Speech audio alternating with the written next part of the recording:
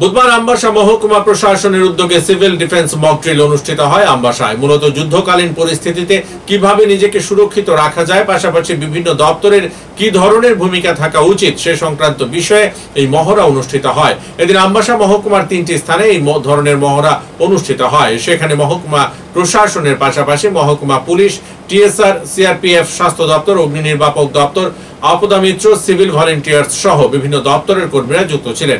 এক সাক্ষাৎকারে বিস্তারিত জানিয়েছেন আমবাসা মহকুমার শাসক সঞ্জিত দেববর্মা। আমরা বছরে 1-2 বার করে থাকি মক ড্রিল, কিন্তু ওইগুলি সাধারণত আর্থকুয়েকের জন্য, ফ্লাডের জন্য এবং বিভিন্ন ন্যাচারাল ক্যালামিটিসের জন্য করে থাকি।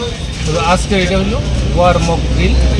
যদি শত্রুপক্ষ আমাদেরকে এয়ার স্ট্রাইক করে, বম্বিং করে, তাহলে কীভাবে আমরা রেস্কিউ করতে পারি, কীভাবে সেভ করতে পারি, ওইসব নিয়ে আমাদের জেনারেল পাবলিককে অ্যাওয়ার করার জন্য আজকে